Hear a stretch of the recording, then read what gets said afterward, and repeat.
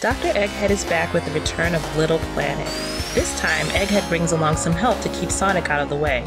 Metal Sonic not only survived his beating in Sonic CD, but now he's even stronger. With the odds against him, Sonic calls on his friend Tails to lend a hand. Can Sonic and Tails take down Egghead and Metal Sonic before it's too late? Of course they can, but will it be fun?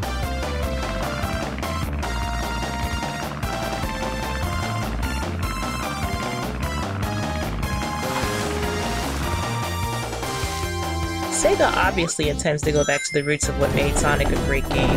The fast-running, jumping platform gameplay works well here. Sonic has been tweaked slightly to give the player a little more control. Jumping is more precise, so accidental deaths are less frequent. Sonic's signature moves are back as well. The spin and homing attack work great, and when used effectively often leads to different areas and paths. But as for Sonic himself, there really isn't much to him that's fresh. Revisiting of roots is fine, but there needs to be some expansion. Instead, it feels like Sonic is sort of running in place. Tails provides some variety to the overdone gameplay with some fun additions. This time around, Tails can be called upon by the player to provide assistance. With the press of a button, Tails will be called upon to lift and carry Sonic to new heights or avoid death mid-air. He is essential underwater, providing a propeller-like effect for Sonic to move much faster. And when not using his twin tails, Sonic and Tails can form a super spin attack that breaks way to previously unreachable paths. Tails is the fresh air to the game, and it's just what it needed. However, his levels provide some of the worst gameplay.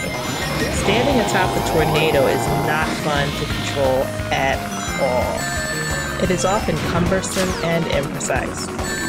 Sonic Episode 2 is great to look at though. The stages are actually new and fun to run around in. As usual, there are multiple paths to take to reach the end. This makes for a good reason to replay most levels. The visuals pop without causing a blur effect that makes it easy to lose Sonic. You always know where you are on the screen. Environments vary well enough, although they boil down to a usual Sonic patch. What's lacking here is the opportunity to actually interact with anything you're running on. Sure, there is the quicksand and oil slick hazards, but there is nothing really to worry about or do beyond that. On the plus side, there's good value here at $15. After completing the main campaign in Sonic and Tails, you unlock the Metal Sonic campaign. Going back to what works is great, but easy. It's because 3D Sonic cannot be done correctly that we fall back on 2D gameplay. With so many 2D Sonics made up to this point, there's no real reason to experience this particular title. Tails may be a welcome addition, but there isn't anything here that shows that Sonic can do anything else. All we want is for Sonic to go fast. Well, he goes fast in many other titles, so this is no standout performance. Sonic the Hedgehog 4 Episode 2 gets a C.